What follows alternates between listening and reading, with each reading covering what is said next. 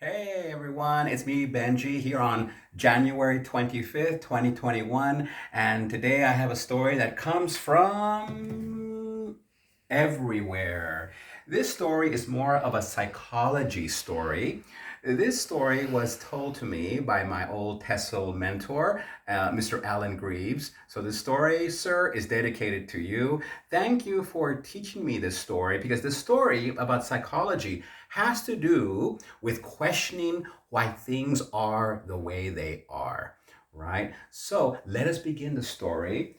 Now, here I have our kind of our box. But there will be nothing Christmassy about this story because actually this box area is a cage, a big cage. Now, in this cage, there happens to be one monkey, two monkeys, three monkeys, four monkeys, five monkeys. Who put the monkeys in the cage? A group of scientists did. And not only did they do that, they put a ladder in the middle of the cage. And in on top of the ladder, they even hung a banana over the ladder.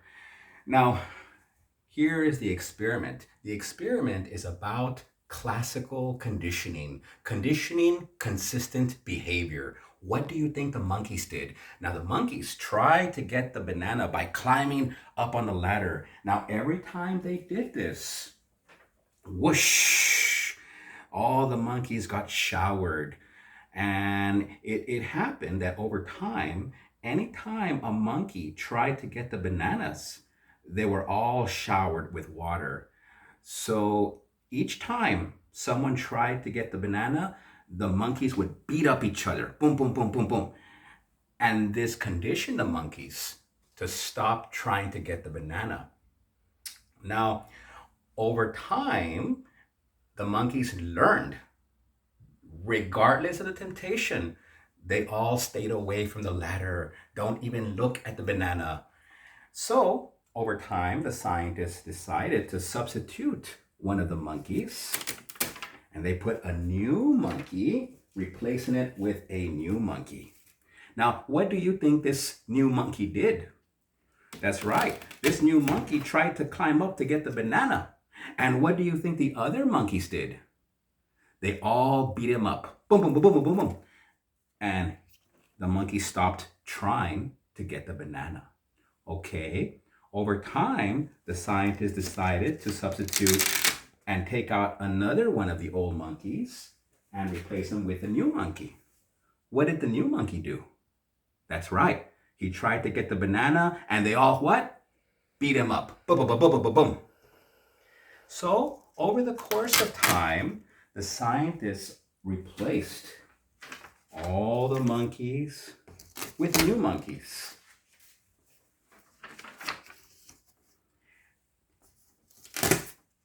Because, as the story goes, no one ever tried to get the banana, and no one knew why. Okay, because they all knew what they didn't know. The thing was that this is again the theory of conditioning behavior. No one knows why we do things because that's just the way things are. That's tradition. It's as if we don't go against tradition because we learn or we think that something bad will happen. Okay, so how do we know? For example, like guys, I'm Benjamin. I live in South Korea. I had the honor and the privilege to be living in a country where we have balanced government with balanced industry. They know how to balance the regulation. I've been blessed with learning how things are different and more and better living conditions and quality for the people of South Korea. But now in my own country, why is it that in my country of the United States, we don't have universal health care? We have a tipping culture in the US. Our bathroom stalls, you can still see half the person, but in Korea we have a full stall. These are things that we might question, but the same answer is going to be the same answer we get here. Well, I don't know why that is. That's just the way things are. Right? Why go against the status quo? And then I have the other people. I have other people that say, "Oh, Ben, every country has its good points and its bad points." Well, I'll tell you what. That is just being dismissive and self-defeatist. Because you know what? That's just saying that there's no way to fix the negatives. There's no way to fix the bad points, right? Well, you see, that's why we question things, why things are the way they are. Let me take your time for me to tell you one little more story, a story that comes from England, how this concept came into play. So there was a new employee who just got a job working at a newspaper company in England. True story.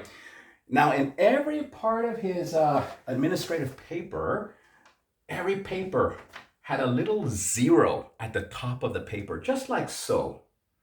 And, he was just one of those guys, just very curious, questions everything. Why is there a zero on the paper? He asked his colleagues, and, the colleagues, I don't know.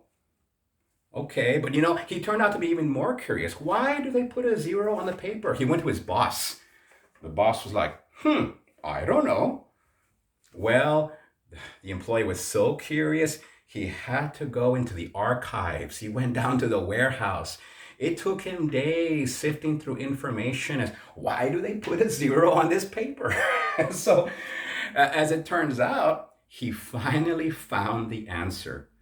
The answer was that the newspaper company, which had been in existence for many years, since the early 1900s, in the 1940s, when Nazi Germany was bombing England during its Blitz, the newspaper company got hit from the German bombs. That company got hit 0 times.